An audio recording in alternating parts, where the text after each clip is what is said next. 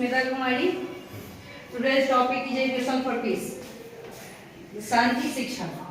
Peace education is the process of acquiring values, knowledge, attitudes, skills, and behaviors to live in harmony with oneself, other, and the natural environment.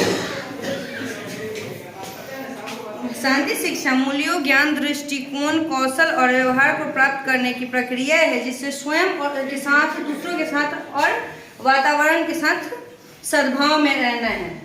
ये शिक्षा के उद्देश्य. शांति शिक्षा पाठ्यक्रम. शांति स्थापना के उपाय. विश्व शांति के लिए अन्य सुझाव. सबसे पहले हम आएंगे शांति शिक्षा पर. शांति शिक्षा का अर्थ.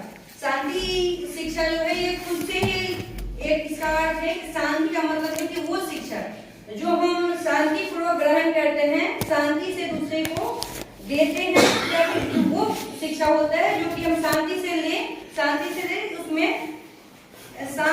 शांति के लिए करें. यानी कि जो शिक्षा हम शांति के लिए ग्रहण करते हैं वो शांति शिक्षा है.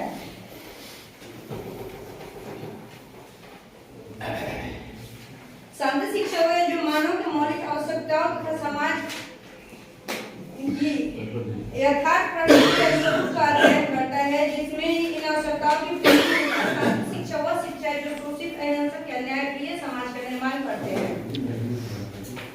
डॉक्टर मर्सी अब्राहम के अनुसार शांति शिक्षा शांति प्रिय लोगों की शिक्षा है.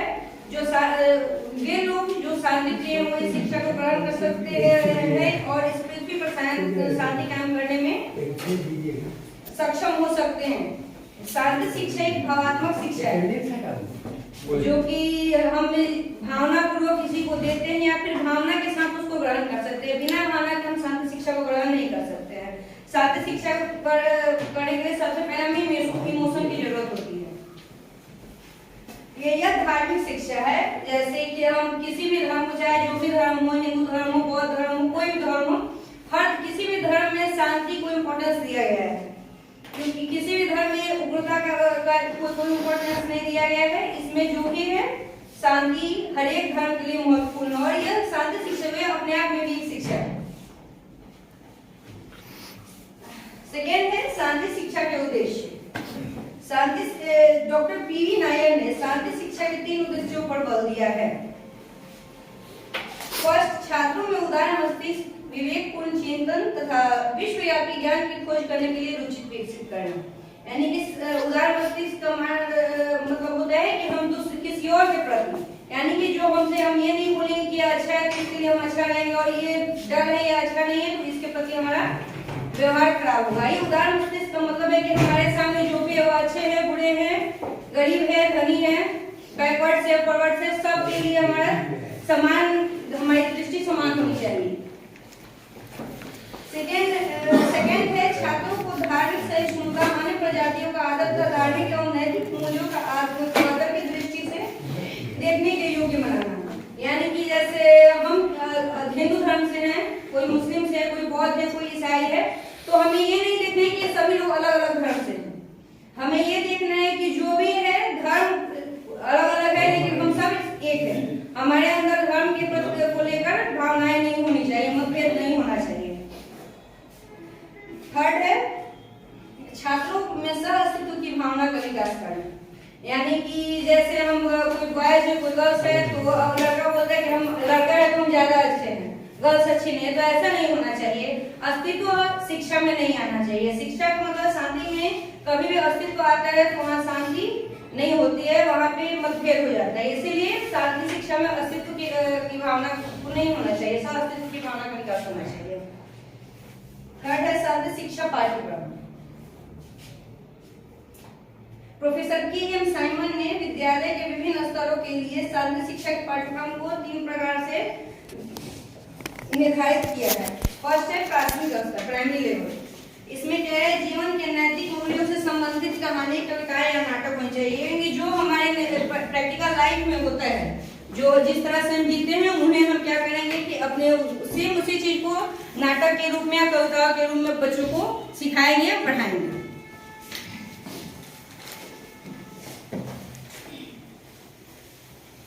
सेकंड में है विभिन्न धर्मों, क्षेत्रों और संस्कृतियों की से निर्धारित कहानियां. यानी कि जैसे अलग अलग धर्म से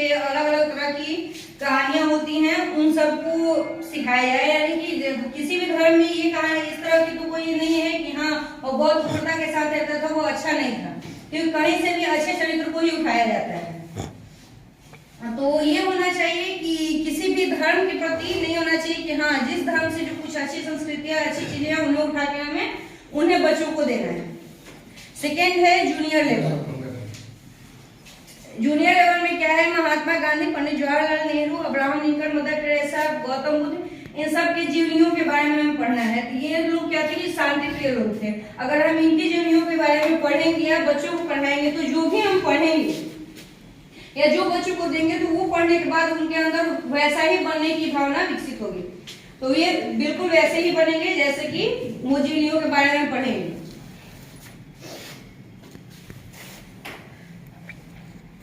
ईसाई धर्म, हिंदू धर्म, इस्लाम धर्म तथा बुद्ध धर्म की विश्व शांति की स्थापना में भूमिका, यानी कि जो भी हम धर्म होते अलग अलग तरह के बहुत सारे धर्म होते हैं, तो इन सब धर्म के द्वारा जो विश्व में शांति स्थापना के लिए किए गए थे, प्रयत्न किए गए थे, उन सबको हम बच्चों को बताएंगे कि इस धर्म के, क्योंकि कोई धर्म जो होता है अलग अलग तरह का होता है, लेकिन सबका किसी भी ये नहीं होता है कि इस धर्म को अपना कर हम उग्रता का व्यवहार करें, दूसरों के साथ गलत व्यवहार करें। हर धर्म में हमें यही सिखाया जाता है कि हमें शांति से रहना चाहिए। थर्ड है हाई स्कूल लेवल, शांति की अवधारणा। इसमें सबसे पहले क्या होगी, इसमें पढ़ाना है कि शांति की अवधारणा क्या है, ठीक है। सेकेंड है शांति की आवश्यकता है महत्व, शांति की हमारी जिंदगी में क्या आवश्यकता है, हमारे लाइफ में क्या उसकी इंपॉर्टेंस है, उसे बताना है। थर्ड में परिवार, समाज तथा विश्व में शांति कायम करने के साधन, कि हम ऐसा क्या करें जिससे हमारे परिवार में शांति हो, समाज में शांति हो या फिर दुनिया में शांति हो सके। जैसे हम परिवार में ही है किसी के साथ गलत बिहेव करते हैं अपने फैमिली मेंबर के साथ, तो उससे हमारे परिवार की शांति भंग होती है। अगर हम उग्रता का व्यवहार करते हैं तो अगला भी एक बार दो बार सुनेगा, फिर वो भी वैसा ही व्यवहार करेगा। इससे पूरी फैमिली क्या अशांति का माहौल पैदा होगा। संयुक्त राष्ट्र, UNESCO, red cross, scout and guide आंदोलन, अंतर्राष्ट्रीय संधि, विश्व में शांति, विभिन्न दर्शन, विश्व के शांति में विभिन्न दर्शनों की भूमिका, यानी कि जो संयुक्त राष्ट्र संघ है, यूनेस्को है, जो भी स्काउट एंड गाइड, जो भी आंदोलन है जिससे कि विश्व में शांति हो, इसकी भूमिका बहुत ही जरूरी होती है। युद्ध एवं हिंसा के कारण एवं उनके परिणामों की समालोचना, यानी कोई भी युद्ध हुआ तो वो क्यों हुआ, हिंसा क्यों हुआ, उसके कारण होना चाहिए कि उसके कारण को बताएंगे हम। अगर हम उसके कारण को बताते हैं कि युद्ध हुआ तो ये किस कारण से हुआ था, तो जाहिर है कि उस तरह का माहौल पैदा नहीं करेंगे जिससे कि उस तरह का माहौल और दोबारा से युद्ध हो। चौथा है शांति स्थापना के उपाय। शांति स्थापना के लिए समानतः वे सब उपाय काम में लाए जाते हैं जिनसे अंतर्राष्ट्रीय तनाव दूर होते हैं। फर्स्ट, युद्ध अनिवार्य नहीं है, यानी कि कहीं भी कोई भी जो समाज होता है या कोई लोग होता है, कोई धर्म के लोग होते हैं या किसी भी राष्ट्र में युद्ध जो है वो सबको युद्ध प्रिय कोई नहीं होता है, यानी कोई नहीं चाहता है कि युद्ध हो, लेकिन उस तरह का माहौल बनता है, एक दूसरे के साथ भेदभाव किया जाता है जिससे कि युद्ध का माहौल उत्पन्न होता है, युद्ध होता है। इसीलिए अगर हम शांति से कहीं भी किसी से भेदभाव नहीं करें, उनसे उनको किसी भी काम में दखलंदाजी नहीं करेंगे तो जाहिर है कि उससे युद्ध का माहौल पैदा नहीं होगा, तनाव नहीं होगा और युद्ध की स्थिति नहीं बनेगी। सेकेंड है शांति की योजना में भावी पीढ़ी का महत्व, यानी कि जब भी हम कोई शांति की योजना जो भी हम बनाते हैं उसमें जो अगली पीढ़ी है उनको इम्पोर्टेंस देना है, उनको इस बारे में बताना है कि इस योजना पे हम किस तरह से कार्य करेंगे। शांति कोई भी योजना है, उस योजना पे हम किस तरह से काम करेंगे कि शांति का माहौल बनेगा। उसमें शांति का माहौल बहुत ही जरूरी होता है। वो यानी कि कोई बैकवर्ड है, उसे कुछ नहीं आता है, वो या फिर वो आर्थिक रूप से सही नहीं है, आर्थिक स्थिति उसकी सही नहीं है, तो उससे हमें उनसे घृणा नहीं करनी चाहिए, उनसे पक्षपात नहीं करना चाहिए। यानी कि अगर हमारे पास है उनके पास नहीं है तो ये नहीं है कि मेरे पास है तो हम बहुत अच्छे, उनके पास नहीं है वो अच्छे नहीं है, वो उनसे भेदभाव नहीं होना चाहिए। हमें सबके साथ एक से जैसा व्यवहार करना चाहिए। नेक्स्ट है स्वशासन में अनावश्यक हस्तक्षेप का प्रभाव, यानी कि कहीं भी जो है स्वशासन की व्यवस्था होनी चाहिए। प्रत्येक राष्ट्र में, प्रत्येक देश में स्वशासन की व्यवस्था होनी चाहिए और जो कोई और देश से कोई और राष्ट्र है उसमें हस्तक्षेप ना करें, उन्हें अपने तरीके से रहने दें। यानी कि अगर जब हम उन्हें हस्तक्षेप करेंगे, उन्हें रोकेंगे तो उनके अंदर इस भावना का विकास नहीं होगा। वो उसके बाद वो क्या करेंगे कि उस शांति का माहौल नहीं होगा, अशांति का माहौल पैदा होगा और उससे युद्ध की स्थिति होती है। इसीलिए हम किसी के साथ स्वशासन में कोई भी हस्तक्षेप नहीं करना चाहिए। नेक्स्ट है उचित दंड और पुरस्कार। तो कोई भी जैसे कहीं भी युद्ध होता है तो युद्ध के समापन के बाद किसी के साथ ऐसा नहीं होना चाहिए कि इसके जो गलत है उसमें उसको उचित दंड मिलना चाहिए और जो सही कर रहा है उसको उचित पुरस्कार मिलना चाहिए। किसी के साथ किसी तरह की बदले की भावना, किसी में बदले की भावना नहीं होनी चाहिए।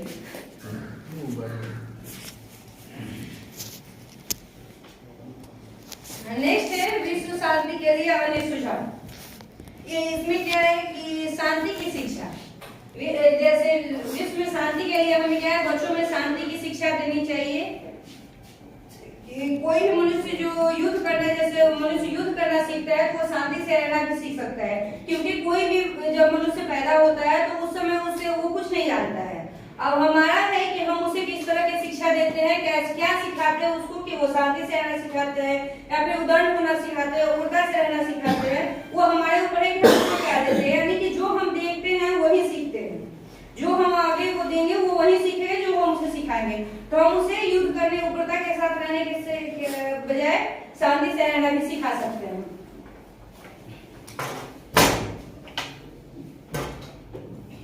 अंतर्राष्ट्रीय संबंधों का विकास। युद्ध के मूल में उपस्थित पूर्वाग्रह और अभियुक्तियों आदि को दूर करने के लिए अंतर्राष्ट्रीय संबंधों का विकास अधिक से अधिक किया जाना चाहिए। इसके लिए प्रत्येक क्षेत्र में अधिक से अधिक अंतर्राष्ट्रीय संगठन के रूप में कार्य करें। यानी कि जो भी अंतर्राष्ट्रीय संबंध होते हैं उन्हें बढ़ाना चाहिए।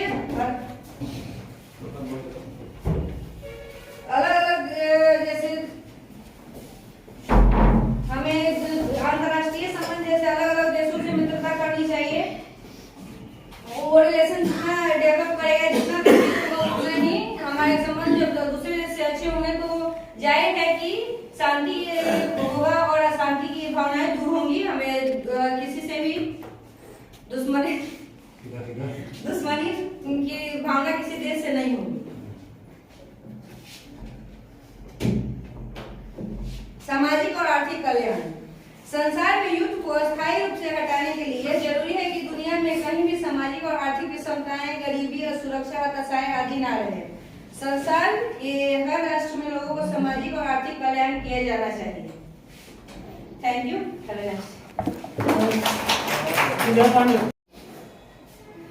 थर्ड है छात्रों में सह अस्तित्व की भावना का विकास करना। यानी कि जैसे हम कोई बॉयज है कोई गर्ल्स है तो लड़का बोलता है कि हम लड़का है तो हम ज्यादा अच्छे हैं, गर्ल्स अच्छी नहीं है, तो ऐसा नहीं होना चाहिए। अस्तित्व शिक्षा में नहीं आना चाहिए। शिक्षा का मतलब शांति में कभी भी अस्तित्व आता है तो वहाँ शांति नहीं होती है, वहाँ पे मतभेद हो जाता है। इसीलिए शांति शिक्षा में अस्तित्व की भावना नहीं होना चाहिए, सह अस्तित्व की भावना का विकास होना चाहिए। थर्ड है शांति शिक्षा पाठ्यक्रम। Professor KM. साइमन ने विद्यालय के विभिन्न स्तरों के लिए शांति शिक्षा के पाठ्यक्रम को 3 प्रकार से निर्धारित किया है। फर्स्ट है प्राथमिक स्तर, प्राइमरी लेवल। इसमें क्या है, जीवन के नैतिक मूल्यों से संबंधित कहानी, कविताएं या नाटक होने चाहिए कि जो हमारे प्रैक्टिकल लाइफ में होता है, जो जिस तरह से हम जीते हैं उन्हें हम क्या करेंगे कि अपने सेम उसी चीज को नाटक के रूप में या कविताओं के रूप में बच्चों को सिखाएंगे, पढ़ाएंगे।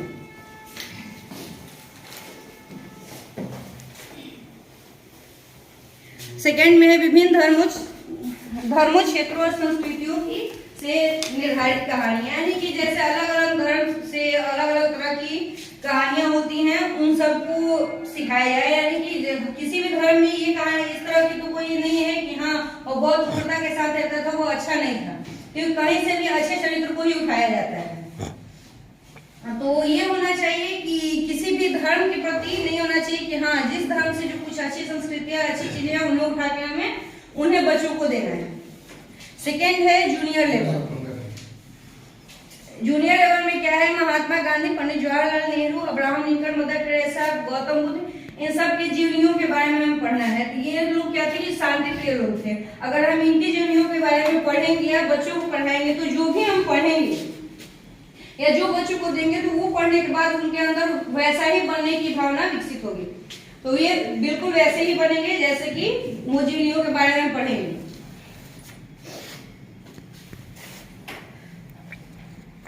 ईसाई धर्म, हिंदू धर्म, इस्लाम धर्म तथा बुद्ध धर्म की विश्व शांति की स्थापना में भूमिका, यानी कि जो भी हम धर्म होते अलग अलग तरह के बहुत सारे धर्म होते हैं, तो इन सब धर्म के द्वारा जो विश्व में शांति स्थापना के लिए किए गए थे, प्रयत्न किए गए थे, उन सबको हम बच्चों को बताएंगे कि इस धर्म के, क्योंकि कोई धर्म जो होता है अलग अलग तरह का होता है, लेकिन सबका किसी में यह नहीं होता है कि इस धर्म को अपना कर हम उग्रता का व्यवहार करें, दूसरों के साथ गलत व्यवहार करें। हर धर्म में हमें यही सिखाया जाता है कि हमें शांति से रहना चाहिए।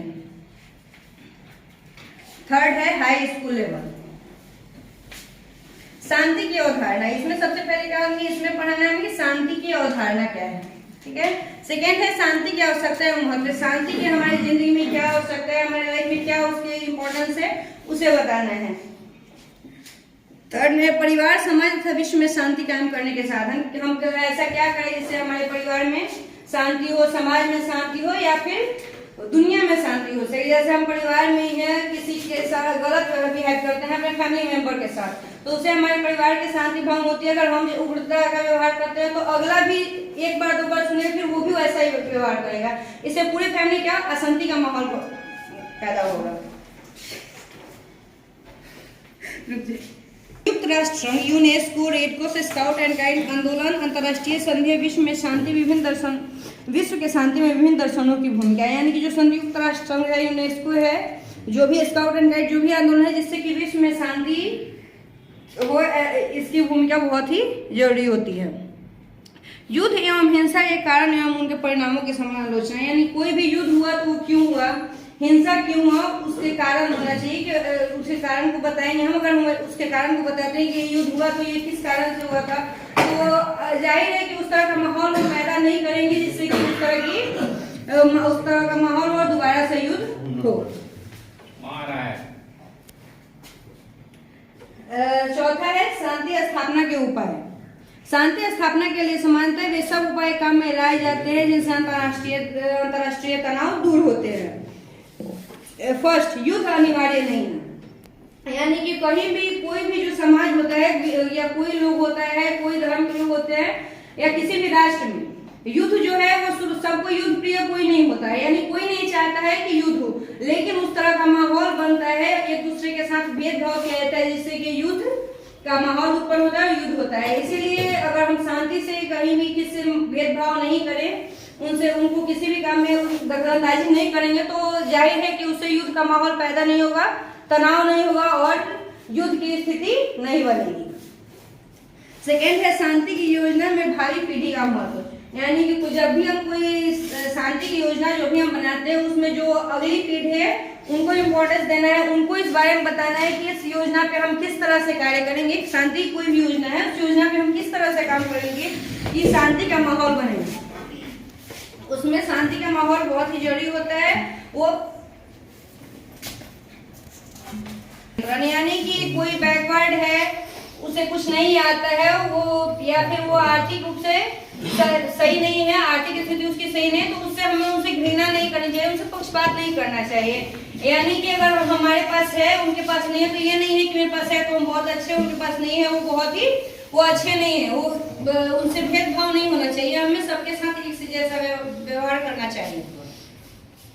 नेक्स्ट है स्वशासन में अनावश्यक हस्तक्षेप का प्रभाव, यानी कि कहीं भी जो है स्वशासन की व्यवस्था होनी चाहिए। प्रत्येक राष्ट्र में, प्रत्येक देश में स्वशासन की व्यवस्था होनी चाहिए, और जो कोई और देश से कोई और राष्ट्र है उसमें हस्तक्षेप ना करें, उन्हें अपने तरीके से रहने दें। यानी कि अगर जब हम उन्हें हस्तक्षेप करेंगे, उन्हें रोकेंगे, तो उनके अंदर इस भावना का विकास नहीं होगा। वो उसके बाद वो क्या करेंगे कि उस शांति का माहौल नहीं होगा, अशांति का माहौल पैदा होगा और उससे युद्ध की स्थिति होती है। इसीलिए हम किसी के साथ स्वशासन में कोई भी हस्तक्षेप नहीं करना चाहिए।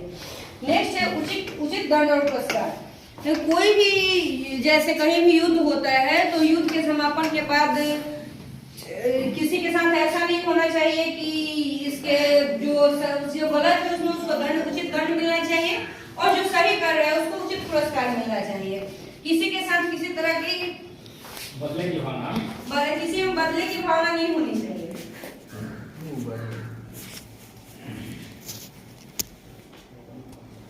नेक्स्ट है विश्व शांति के लिए अन्य सुझाव। ये इसमें क्या है कि शांति की शिक्षा, जैसे विश्व में शांति के लिए हमें क्या है, बच्चों में शांति की शिक्षा देनी चाहिए।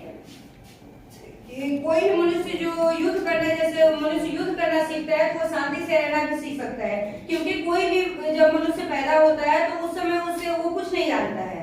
अब हमारा है कि हम उसे किस तरह की शिक्षा देते हैं, क्या सिखाते हैं उसको, कि वो शांति से रहना सिखाते हैं या फिर उदाहरण होना सिखाते हैं, उर्दा से रहना सिखाते हैं, वो हमारे ऊपर है कि हम उसको क्या देते हैं। यानी कि जो हम देखते हैं वही सीखते हैं, जो हम आगे को देंगे वो वही सीखेंगे जो हम उसे सिखाएंगे। तो हम उसे युद्ध करने, उग्रता के साथ रहने के बजाय शांति से रहना भी सिखा सकते हैं।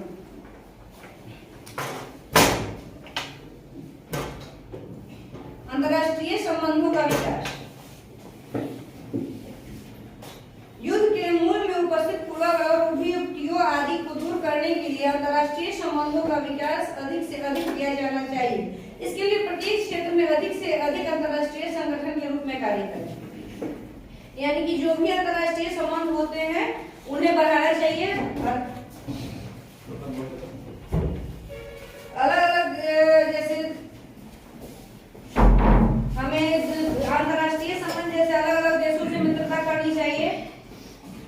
वो रिलेशन जितना डेवलप करेगा, जितना उतना ही हमारे संबंध जब दूसरे देश से अच्छे होंगे तो जाहिर है कि शांति होगा और अशांति की भावनाएं दूर होंगी। हमें किसी से भी दुश्मनी की भावना किसी देश से नहीं होगी। सामाजिक और आर्थिक कल्याण। संसार में युद्ध को अस्थायी रूप से हटाने के लिए जरूरी है कि दुनिया में कहीं भी सामाजिक और आर्थिक विषमताएं, गरीबी, असुरक्षा, हताशाएं आदि न रहे। संसार के हर राष्ट्र में लोगों को सामाजिक और आर्थिक कल्याण किया जाना चाहिए। Thank you. Have a nice day. शांति शिक्षा है जो मानव के मौलिक आवश्यकताओं तथा समाज की यथार्थ प्रकृति के स्वरूप का अध्ययन करता है, जिसमें इन आवश्यकताओं की शांति शिक्षा वह शिक्षा है जो शोषित, अहिंसक, अन्यायप्रिय समाज का निर्माण करते हैं। और डॉक्टर मर्सी अब्राहम के अनुसार शांति शिक्षा शांति प्रिय लोगों की शिक्षा है। जो वे लोग जो शांति प्रिय वो इस शिक्षा को ग्रहण कर सकते हैं और इस पृथ्वी पर शांति कायम करने में सक्षम हो सकते हैं। शांति शिक्षा एक भावात्मक शिक्षा है जो कि हम भावना पूर्वक किसी को देते हैं या फिर भावना के साथ उसको ग्रहण कर सकते हैं। बिना भावना के हम शांति शिक्षा को ग्रहण नहीं कर सकते हैं। शांति शिक्षा करने के लिए सबसे पहले हमें इमोशन की जरूरत होती है। यह धार्मिक शिक्षा है, जैसे कि हम किसी भी धर्म को, चाहे जो भी धर्म हो, हिंदू धर्म हो, बौद्ध धर्म हो, कोई भी धर्म हो, हर किसी भी धर्म में शांति को इम्पोर्टेंस दिया गया है, क्योंकि किसी भी धर्म में उग्रता का कोई इम्पोर्टेंस नहीं दिया गया है। इसमें जो भी है शांति हर एक धर्म के लिए महत्वपूर्ण है और यह शांति शिक्षा में अपने आप में भी एक शिक्षा है। सेकेंड है शांति शिक्षा के उद्देश्य। शांति डॉक्टर पीवी नायर ने शांति शिक्षा के 3 उद्देश्यों पर बल दिया है। फर्स्ट, छात्रों में उदार मस्तिष्क, विवेकपूर्ण चिंतन तथा विश्वव्यापी ज्ञान की खोज करने के लिए रुचि विकसित करना। यानी इस उदार मस्तिष्क का मतलब होता है कि हम दूसरे किसी और के प्रति, यानी कि जो हमसे हम ये नहीं बोलेंगे कि अच्छा है तो इसके लिए हम अच्छा रहेंगे और ये डर है या अच्छा नहीं है तो इसके प्रति हमारा व्यवहार खराब होगा। ये उदार मस्तिष्क का मतलब है कि हमारे सामने जो भी अच्छे हैं, बुरे हैं, गरीब है, धनी है, बैकवर्ड से, फॉरवर्ड से, सब के लिए हमारा समान, हमारी दृष्टि समान होनी चाहिए। सेकेंड है छात्रों को धार्मिक सहिष्णुता, अन्य प्रजातियों का आदर तथा धार्मिक एवं नैतिक मूल्यों का आदर की दृष्टि से देखने के योग्य बनाना। यानी कि जैसे हम हिंदू धर्म से हैं, कोई मुस्लिम से है, कोई बौद्ध है, कोई ईसाई है, तो हमें ये नहीं देखना है कि सभी लोग अलग अलग धर्म से हैं। हमें ये देखना है कि जो भी है धर्म अलग अलग है लेकिन हम सब एक है। हमारे अंदर धर्म के प्रति को लेकर भावनाएं नहीं होनी चाहिए, मतभेद नहीं होना चाहिए। थर्ड है छात्रों में सह अस्तित्व की भावना का विकास करना। यानी कि जैसे हम कोई बॉय बॉयज है कोई गर्ल्स है, तो अब लड़का बोलता है कि हम लड़का है तो हम ज्यादा अच्छे हैं, गर्ल्स अच्छी नहीं है, तो ऐसा नहीं होना चाहिए। अस्तित्व शिक्षा में नहीं आना चाहिए। शिक्षा का मतलब शांति में कभी भी अस्तित्व आता है तो वहाँ शांति नहीं होती है, वहाँ पे मतभेद हो जाता है। इसीलिए शांति शिक्षा में अस्तित्व की भावना को नहीं होना चाहिए, सब अस्तित्व की भावना का विकास होना चाहिए। थर्ड है शांति शिक्षा पाठ्यक्रम। प्रोफेसर के एम साइमन ने विद्यालय के विभिन्न स्तरों के लिए शांति शिक्षा के पाठ्यक्रम को 3 प्रकार से निर्धारित किया है। फर्स्ट है प्राथमिक स्तर, प्राइमरी लेवल। इसमें क्या है, जीवन के नैतिक मूल्यों से संबंधित कहानी, कविताएं या नाटक होने चाहिए कि जो हमारे प्रैक्टिकल लाइफ में होता है, जो जिस तरह से हम जीते हैं उन्हें हम क्या करेंगे कि अपने सेम उसी चीज को नाटक के रूप में या कविता के रूप में बच्चों को सिखाएंगे, पढ़ाएंगे।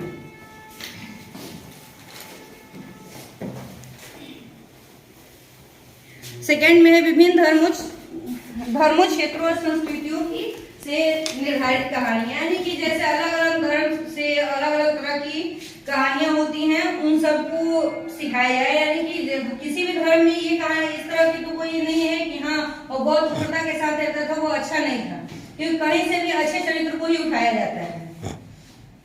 तो ये होना चाहिए कि किसी भी धर्म के प्रति नहीं होना चाहिए कि हाँ जिस धर्म से जो कुछ अच्छी संस्कृतियां अच्छी चीजें हैं उन्हें उठा के हमें उन्हें बच्चों को देना है। सेकेंड है जूनियर लेवल। जूनियर लेवल में क्या है, Mahatma Gandhi, Pandit Jawaharlal Nehru, Abraham Lincoln, Mother Teresa, Gautam Buddha, इन सब की जीवनियों के बारे में हमें पढ़ना है। तो ये लोग क्या थे, शांति प्रिय लोग थे। अगर हम इनकी जीवनियों के बारे में पढ़ेंगे या बच्चों को पढ़ाएंगे तो जो भी हम पढ़ेंगे या जो बच्चों को देंगे तो वो पढ़ने के बाद उनके अंदर वैसा ही बनने की भावना विकसित होगी। तो ये बिल्कुल वैसे ही बनेंगे जैसे कि वो जीवनियों के बारे में पढ़ेंगे।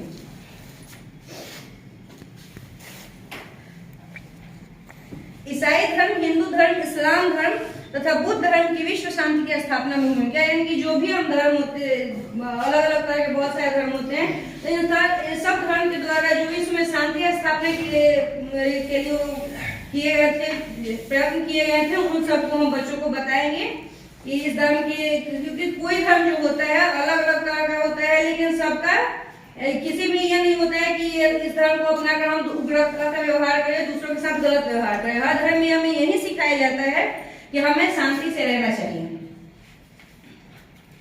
थर्ड है हाई स्कूल लेवल, शांति की अवधारणा। इसमें सबसे पहले क्या होगी, इसमें पढ़ाना है कि शांति की अवधारणा क्या है, ठीक है। सेकेंड है शांति की आवश्यकता है महत्व, शांति की हमारी जिंदगी में क्या आवश्यकता है, हमारे लाइफ में क्या उसकी इंपॉर्टेंस है, उसे बताना है। थर्ड में परिवार, समाज तथा विश्व में शांति कायम करने के साधन, हम ऐसा क्या करें जिससे हमारे परिवार में शांति हो, समाज में शांति हो या फिर दुनिया में शांति हो। सही, जैसे हम परिवार में ही है किसी के साथ गलत बिहेव करते हैं अपने फैमिली मेंबर के साथ, तो उससे हमारे परिवार की शांति भंग होती है। अगर हम उग्रता का व्यवहार करते हैं तो अगला भी एक बार दो बार सुने फिर वो भी वैसा ही व्यवहार करेगा, इससे पूरी फैमिली क्या अशांति का माहौल पैदा होगा।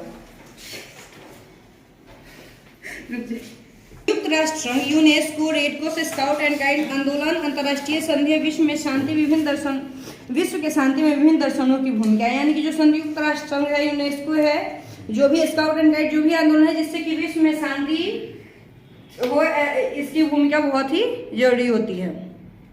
युद्ध एवं हिंसा के कारण एवं उनके परिणामों की समालोचना, यानी कोई भी युद्ध हुआ तो वो क्यों हुआ, हिंसा क्यों हुआ, उसके कारण होना चाहिए कि उसके कारण को बताएंगे हम। अगर हम उसके कारण को बताते हैं कि युद्ध हुआ तो ये किस कारण से हुआ था, तो जाहिर है कि उस तरह का माहौल हम पैदा नहीं करेंगे जिससे कि उस तरह का माहौल और दोबारा से युद्ध हो।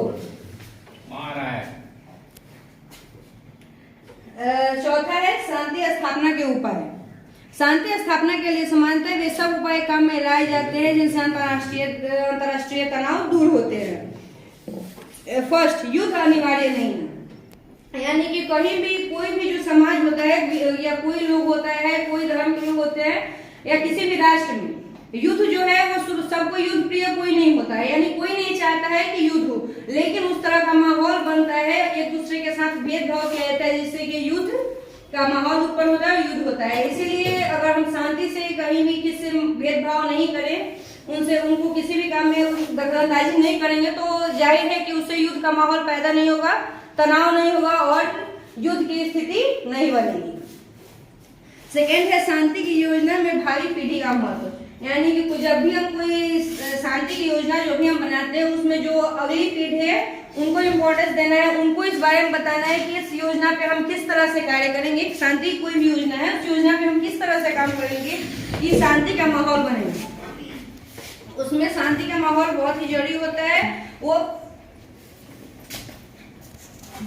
यानी कि कोई बैकवर्ड है, उसे कुछ नहीं आता है, वो या फिर वो आर्थिक रूप से सही नहीं है, आर्थिक स्थिति उसकी सही नहीं है, तो उससे हमें उनसे घृणा नहीं करनी चाहिए, उनसे पक्षपात नहीं करना चाहिए। यानी कि अगर हमारे पास है उनके पास नहीं है तो ये नहीं है कि मेरे पास है तो हम बहुत अच्छे, उनके पास नहीं है वो अच्छे नहीं है, वो उनसे भेदभाव नहीं होना चाहिए। हमें सबके साथ एक से जैसा व्यवहार करना चाहिए। नेक्स्ट है स्वशासन में अनावश्यक हस्तक्षेप का प्रभाव, यानी कि कहीं भी जो है स्वशासन की व्यवस्था होनी चाहिए। प्रत्येक राष्ट्र में, प्रत्येक देश में स्वशासन की व्यवस्था होनी चाहिए और जो कोई और देश है, कोई और राष्ट्र है उसमें हस्तक्षेप ना करें, उन्हें अपने तरीके से रहने दें। यानी कि अगर जब हम उन्हें हस्तक्षेप करेंगे, उन्हें रोकेंगे तो उनके अंदर इस भावना का विकास नहीं होगा। वो उसके बाद वो क्या करेंगे कि उस शांति का माहौल नहीं होगा, अशांति का माहौल पैदा होगा और उससे युद्ध की स्थिति होती है। इसीलिए हम किसी के साथ स्वशासन में कोई भी हस्तक्षेप नहीं करना चाहिए। नेक्स्ट है उचित दंड और पुरस्कार।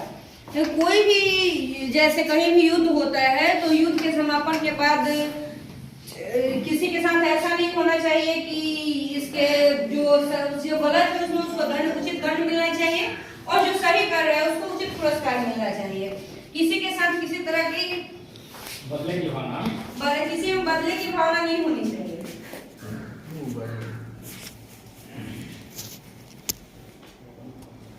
नेक्स्ट है विश्व शांति के लिए अन्य सुझाव। ये इसमें क्या है कि शांति की शिक्षा, जैसे विश्व में शांति के लिए हमें क्या है, बच्चों में शांति की शिक्षा देनी चाहिए। कोई भी मनुष्य जो युद्ध करना, जैसे मनुष्य युद्ध करना सीखता है तो वो शांति से रहना भी सीख सकता है, क्योंकि कोई भी जब मनुष्य पैदा होता है तो उस समय उससे वो कुछ नहीं जानता है। अब हमारा है कि हम उसे किस तरह की शिक्षा देते हैं, क्या सिखाते हैं उसको, कि वो शांति से रहना सिखाते हैं या फिर उदाहरण होना सिखाते हैं, उल्टा से रहना सिखाते हैं। वो हमारे ऊपर है कि हम उसको क्या देते हैं। यानी कि जो हम देखते हैं वही सीखते हैं, जो हम आगे को देंगे वो वही सीखेंगे जो हम उसे सिखाएंगे।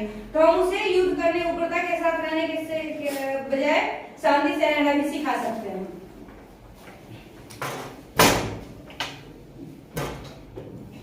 अंतर्राष्ट्रीय संबंधों का विकास। युद्ध के मूल में उपस्थित पूर्वाग्रह और रूढ़ियों आदि को दूर करने के लिए अंतर्राष्ट्रीय संबंधों का विकास अधिक से अधिक किया जाना चाहिए। इसके लिए प्रत्येक क्षेत्र में अधिक से अधिक अंतर्राष्ट्रीय संगठन के रूप में कार्य करें। यानी कि जो भी अंतर्राष्ट्रीय संबंध होते हैं उन्हें बढ़ाना चाहिए। अलग अलग जैसे हमें अंतर्राष्ट्रीय संबंध जैसे अलग अलग देशों से मित्रता करनी चाहिए। वो रिलेशन जितना डेवलप करेगा, जितना उतना ही हमारे संबंध जब दूसरे देश से अच्छे होंगे तो जाहिर है कि शांति होगा और अशांति की भावनाएं दूर होंगी। हमें किसी से भी दुश्मनी की भावना किसी देश से नहीं होगी। सामाजिक और आर्थिक कल्याण। संसार में युद्ध को अस्थायी रूप से हटाने के लिए जरूरी है कि दुनिया में कहीं भी सामाजिक और आर्थिक विषमताएं, गरीबी, असुरक्षा, हताशाएं आदि न रहे। संसार के हर राष्ट्र में लोगों को सामाजिक और आर्थिक कल्याण किया जाना चाहिए। Thank you. में शांति के लिए करें, यानी कि जो शिक्षा हम शांति के लिए ग्रहण करते हैं वो शांति शिक्षा है।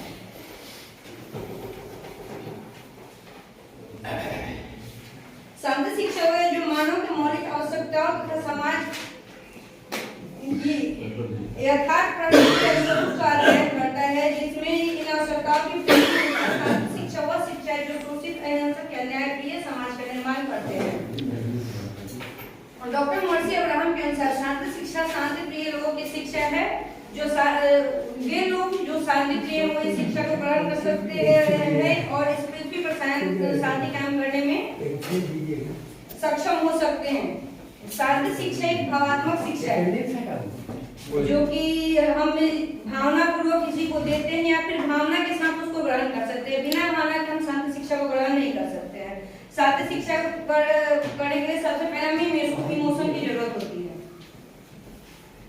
यह धार्मिक शिक्षा है, जैसे कि हम किसी भी धर्म को, चाहे जो भी धर्म हो, हिंदू धर्म हो, बौद्ध धर्म हो, कोई भी धर्म हो, हर किसी भी धर्म में शांति को इम्पोर्टेंस दिया गया है, क्योंकि किसी भी धर्म में उग्रता का कोई इम्पोर्टेंस नहीं दिया गया है। इसमें जो भी है शांति हर एक धर्म के लिए महत्वपूर्ण है और यह शांति शिक्षा में अपने आप में भी एक शिक्षा है।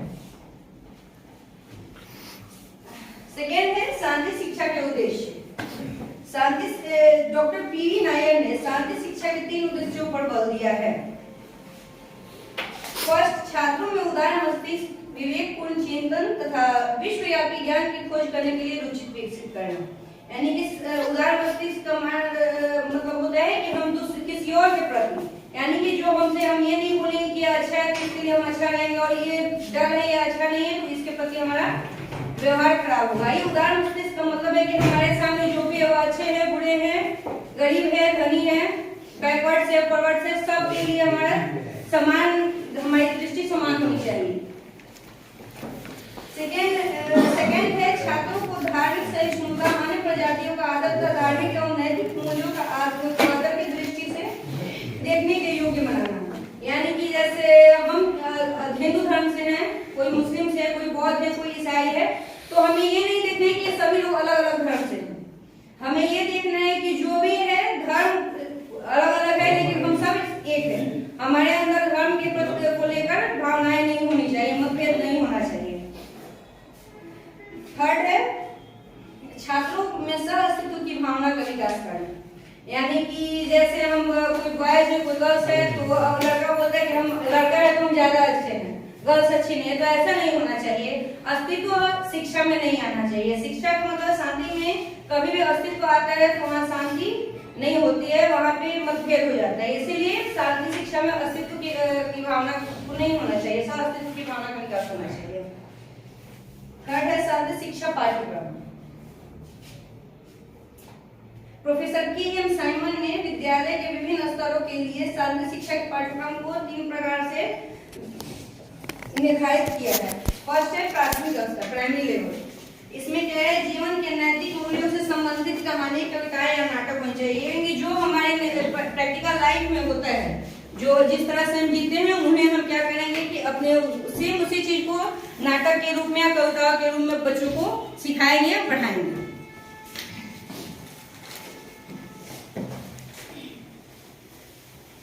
सेकेंड में है विभिन्न धर्मों, क्षेत्रों और संस्कृतियों की से निर्धारित कहानियां। यानी कि जैसे अलग अलग धर्म से अलग अलग तरह की कहानियां होती हैं, उन सबको सिखाया जाए। यानी कि किसी भी धर्म में ये कहानी इस तरह की तो कोई नहीं है कि हाँ वो बहुत क्रूरता के साथ रहता था, वो अच्छा नहीं था, क्योंकि कहीं से भी अच्छे चरित्र को ही उठाया जाता है।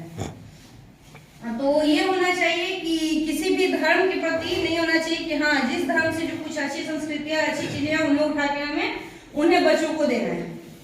सेकेंड है जूनियर लेवल। जूनियर लेवल में क्या है, Mahatma Gandhi, Pandit Jawaharlal Nehru, Abraham Lincoln, Mother Teresa, Gautam Buddha, इन सब की जीवनियों के बारे में हमें पढ़ना है। तो ये लोग क्या थे कि शांति प्रिय लोग थे। अगर हम इनकी जीवनियों के बारे में पढ़ेंगे या बच्चों को पढ़ाएंगे तो जो भी हम पढ़ेंगे या जो बच्चों को देंगे तो वो पढ़ने के बाद उनके अंदर वैसा ही बनने की भावना विकसित होगी। तो ये बिल्कुल वैसे ही बनेंगे जैसे कि वो जीवनियों के बारे में पढ़ेंगे।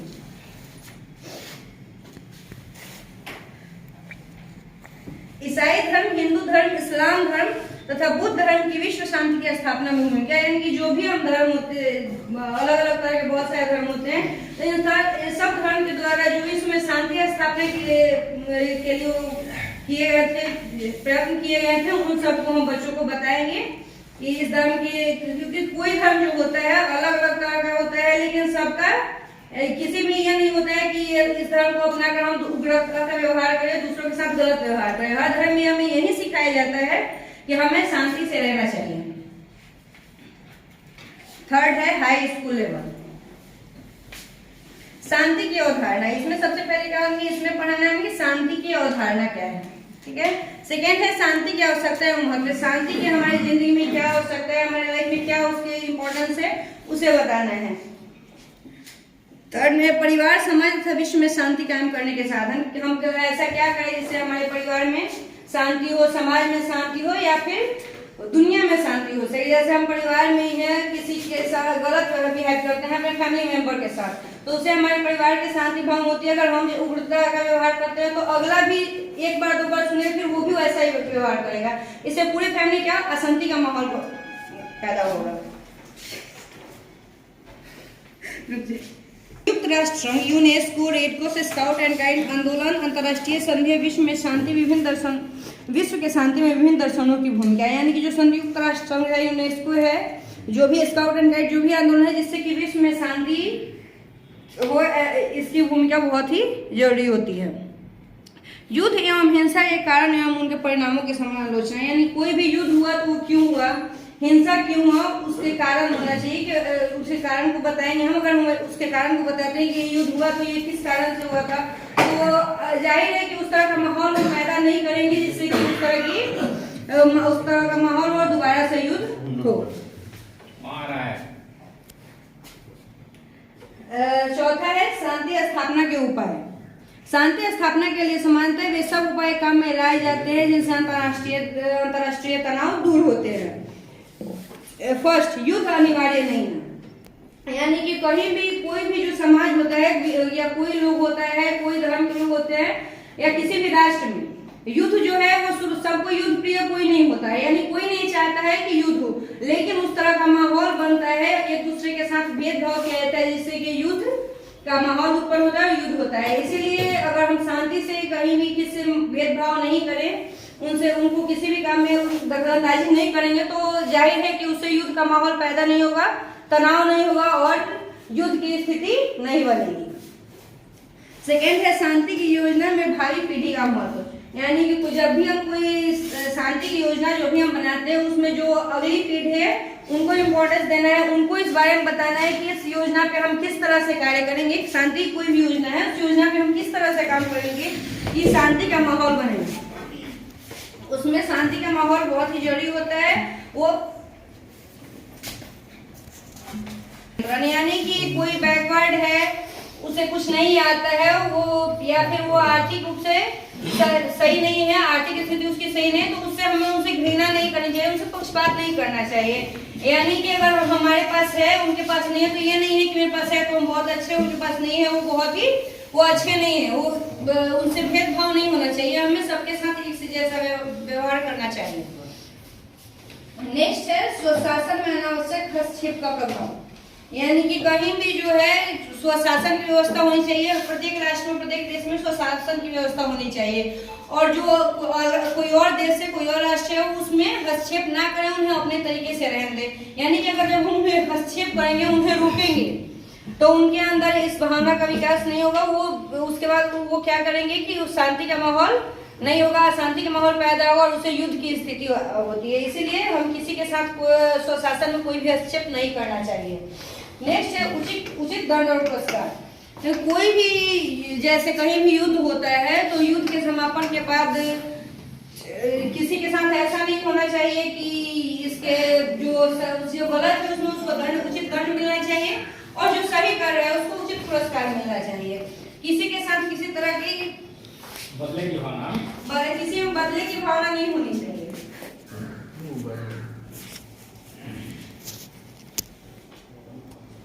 नेक्स्ट है विश्व शांति के लिए अन्य सुझाव। ये इसमें क्या है कि शांति की शिक्षा, जैसे विश्व में शांति के लिए हमें क्या है, बच्चों में शांति की शिक्षा देनी चाहिए।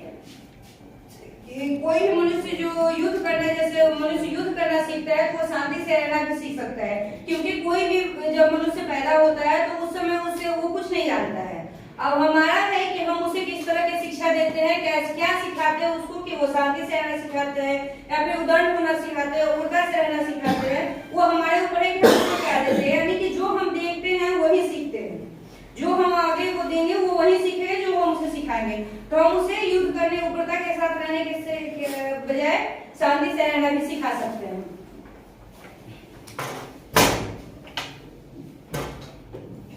अंतर्राष्ट्रीय संबंध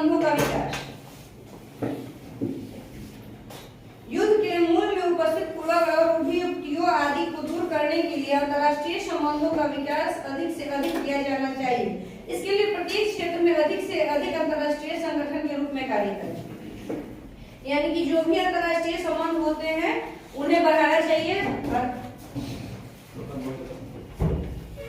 अलग अलग जैसे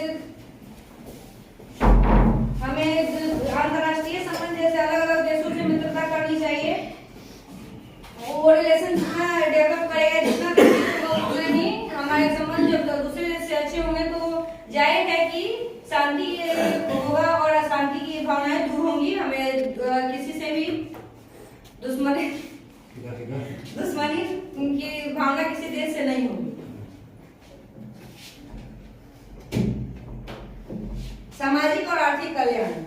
संसार में युद्ध को अस्थायी रूप से हटाने के लिए जरूरी है कि दुनिया में कहीं भी सामाजिक और आर्थिक विषमताएं, गरीबी, असुरक्षा, हताशाएं आदि न रहे। संसार के हर राष्ट्र में लोगों को सामाजिक और आर्थिक कल्याण किया जाना चाहिए।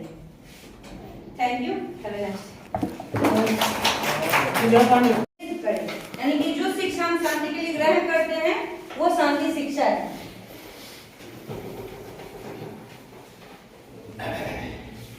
शांति शिक्षा है जो मानव के मौलिक आवश्यकताओं तथा समाज की यथार्थ प्रकृति का अध्ययन करता है, जिसमें इन आवश्यकताओं की शांति शिक्षा वह शिक्षा है जो शोषित, अहिंसक, न्यायप्रिय समाज का निर्माण करते हैं।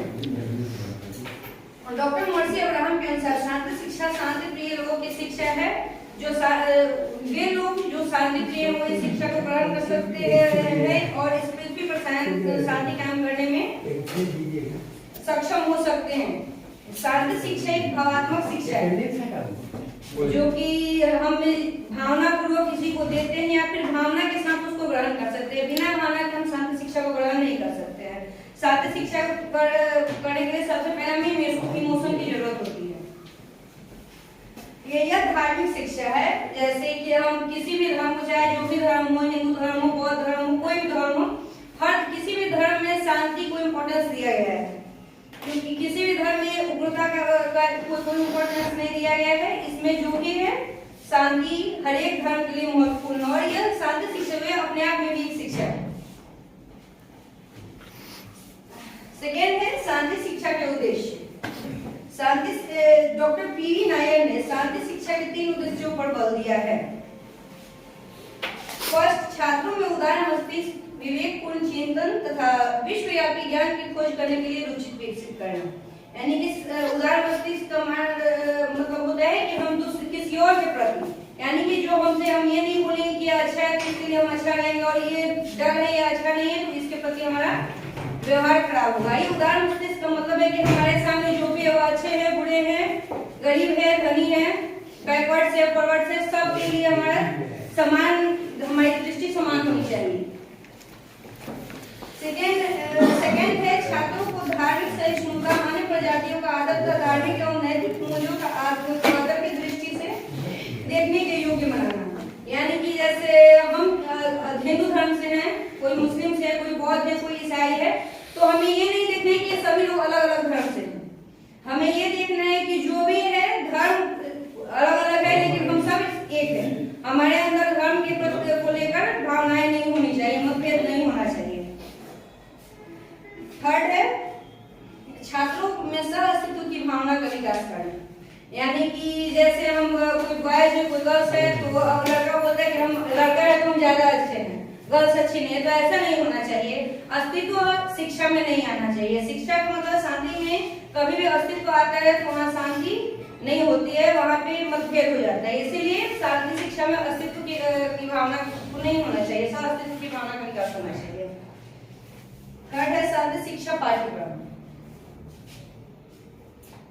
Professor KM. साइमन ने विद्यालय के विभिन्न स्तरों के लिए शांति शिक्षा के पाठ्यक्रम को 3 प्रकार से निर्धारित किया है। फर्स्ट है प्राथमिक स्तर, प्राइमरी लेवल।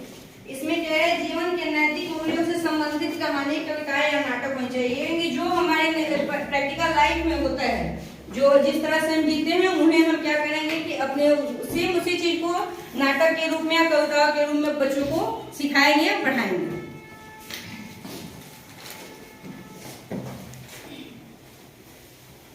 सेकेंड में है विभिन्न धर्मों धर्मों, क्षेत्रों और संस्कृतियों की से निर्धारित कहानियां, यानी कि जैसे अलग अलग धर्म से अलग अलग तरह की कहानियां होती हैं, उन सबको सिखाया जाए। यानी कि किसी भी धर्म में ये कहानी इस तरह की तो कोई नहीं है कि हाँ वो बहुत क्रूरता के साथ रहता था, वो अच्छा नहीं था, क्योंकि कहीं से भी अच्छे चरित्र को ही उठाया जाता है। तो ये होना चाहिए कि किसी भी धर्म के प्रति नहीं होना चाहिए कि हाँ जिस धर्म से जो कुछ अच्छी संस्कृतियां, अच्छी चीजें हैं, उन्हें उठा के हमें उन्हें बच्चों को देना है। सेकेंड है जूनियर लेवल। जूनियर लेवल में क्या है, Mahatma Gandhi, Pandit Jawaharlal Nehru, Abraham Lincoln, Mother Teresa, Gautam Buddha, इन सब की जीवनियों के बारे में हमें पढ़ना है। तो ये लोग क्या थे, शांति प्रिय लोग थे। अगर हम इनकी जीवनियों के बारे में पढ़ेंगे या बच्चों को पढ़ाएंगे तो जो भी हम पढ़ेंगे या जो बच्चों को देंगे तो वो पढ़ने के बाद उनके अंदर वैसा ही बनने की भावना विकसित होगी। तो ये बिल्कुल वैसे ही बनेंगे जैसे कि वो जीवनियों के बारे में पढ़ेंगे।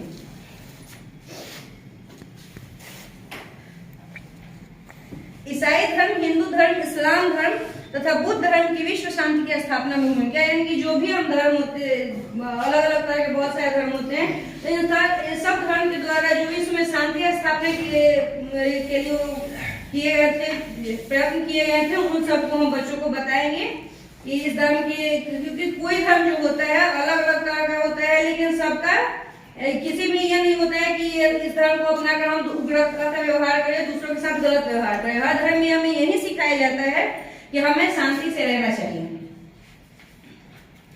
थर्ड है हाई स्कूल लेवल,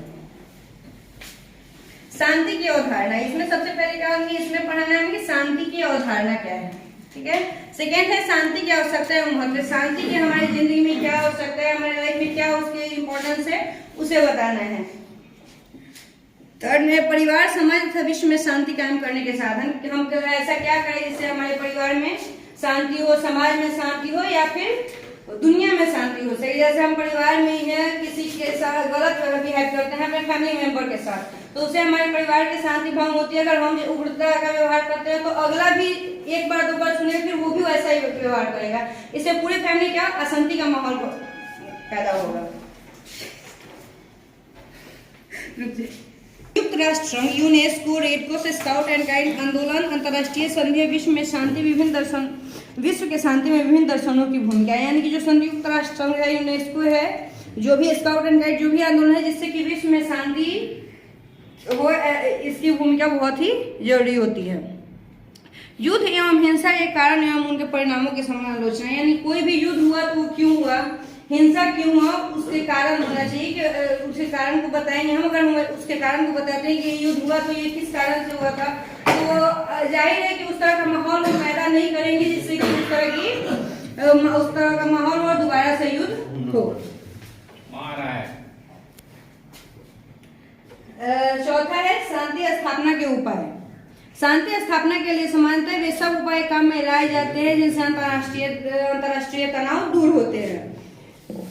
फर्स्ट, युद्ध अनिवार्य नहीं है, यानी कि कहीं भी कोई भी जो समाज होता है या कोई लोग होता है, कोई धर्म के लोग होते हैं या किसी भी राष्ट्र में युद्ध जो है वो सबको युद्ध प्रिय कोई नहीं होता है, यानी कोई नहीं चाहता है कि युद्ध हो, लेकिन उस तरह का माहौल बनता है, एक दूसरे के साथ भेदभाव किया जाता है जिससे कि युद्ध का माहौल उत्पन्न होता है, युद्ध होता है। इसीलिए अगर हम शांति से कहीं भी किसी भेदभाव नहीं करें, उनसे उनको किसी भी काम में दखलंदाजी नहीं करेंगे तो जाहिर है कि उससे युद्ध का माहौल पैदा नहीं होगा, तनाव नहीं होगा और युद्ध की स्थिति नहीं बनेगी। सेकेंड है शांति की योजना में भावी पीढ़ी का महत्व, यानी कि जब भी हम कोई शांति की योजना जो भी हम बनाते हैं उसमें जो अगली पीढ़ी है उनको इम्पोर्टेंस देना है, उनको इस बारे में बताना है कि इस योजना पे हम किस तरह से कार्य करेंगे। शांति की कोई भी योजना है उस योजना पे हम किस तरह से काम करेंगे कि शांति का माहौल बनेगा। उसमें शांति का माहौल बहुत ही जरूरी होता है। वो यानी कि कोई बैकवर्ड है, उसे कुछ नहीं आता है, वो या फिर वो आर्थिक रूप से सही नहीं है, आर्थिक स्थिति उसकी सही नहीं है, तो उससे हमें उनसे घृणा नहीं करनी चाहिए, उनसे पक्षपात नहीं करना चाहिए। यानी कि अगर हमारे पास है उनके पास नहीं है तो ये नहीं है कि मेरे पास है तो हम बहुत अच्छे, उनके पास नहीं है वो अच्छे नहीं है, वो उनसे भेदभाव नहीं होना चाहिए। हमें सबके साथ एक से जैसा व्यवहार करना चाहिए। नेक्स्ट है स्वशासन में अनावश्यक हस्तक्षेप का प्रभाव, यानी कि कहीं भी जो है स्वशासन की व्यवस्था होनी चाहिए। प्रत्येक राष्ट्र में, प्रत्येक देश में स्वशासन की व्यवस्था होनी चाहिए और जो कोई और देश है, कोई और राष्ट्र है, उसमें हस्तक्षेप ना करें, उन्हें अपने तरीके से रहने दें। यानी कि अगर जब हम उन्हें हस्तक्षेप करेंगे, उन्हें रोकेंगे, तो उनके अंदर इस भावना का विकास नहीं होगा। वो उसके बाद वो क्या करेंगे कि शांति का माहौल नहीं होगा, अशांति का माहौल पैदा होगा और उससे युद्ध की स्थिति होती है। इसीलिए हम किसी के साथ स्वशासन में कोई भी हस्तक्षेप नहीं करना चाहिए। नेक्स्ट है उचित दंड और पुरस्कार। तो कोई भी, जैसे कहीं भी युद्ध होता है तो युद्ध के समापन के बाद किसी के साथ ऐसा नहीं होना चाहिए कि इसके जो गलत है उसमें उसको उचित दंड मिलना चाहिए और जो सही कर रहा है उसको उचित पुरस्कार मिलना चाहिए। किसी के साथ किसी तरह की बदले की भावना, किसी में बदले की भावना नहीं होनी चाहिए।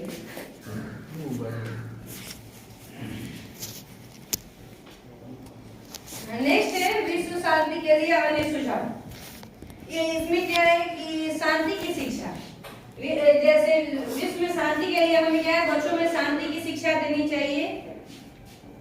कोई भी मनुष्य जो युद्ध करना, जैसे मनुष्य युद्ध करना सीखता है तो शांति से रहना भी सीख सकता है, क्योंकि कोई भी जब मनुष्य पैदा होता है तो उस समय उससे वो कुछ नहीं जानता है।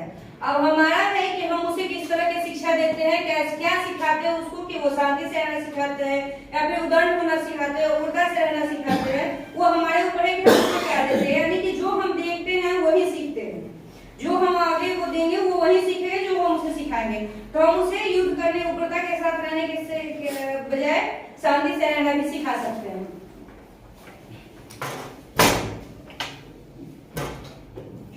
अंतर्राष्ट्रीय संबंधों का विकास। युद्ध के मूल में उपस्थित पूर्वाग्रह और अभियुक्तियों आदि को दूर करने के लिए अंतर्राष्ट्रीय संबंधों का विकास अधिक से अधिक किया जाना चाहिए। इसके लिए प्रत्येक क्षेत्र में अधिक से अधिक अंतर्राष्ट्रीय संगठन के रूप में कार्य करें। यानी कि जो भी अंतर्राष्ट्रीय संबंध होते हैं उन्हें बढ़ाना चाहिए। अलग अलग, जैसे हमें अंतर्राष्ट्रीय संबंध, जैसे अलग अलग देशों से मित्रता करनी चाहिए। वो रिलेशन जितना डेवलप करेगा, जितना उतना ही हमारे संबंध जब दूसरे देश से अच्छे होंगे तो जाहिर है कि शांति होगा और अशांति की भावनाएं दूर होंगी। हमें किसी से भी दुश्मनी की भावना किसी देश से नहीं होगी। सामाजिक और आर्थिक कल्याण। संसार में युद्ध को अस्थायी रूप से हटाने के लिए जरूरी है कि दुनिया में कहीं भी सामाजिक और आर्थिक विषमताएं, गरीबी, असुरक्षा, हताशाएं आदि न रहे। संसार के हर राष्ट्र में लोगों को सामाजिक और आर्थिक कल्याण किया जाना चाहिए। Thank you.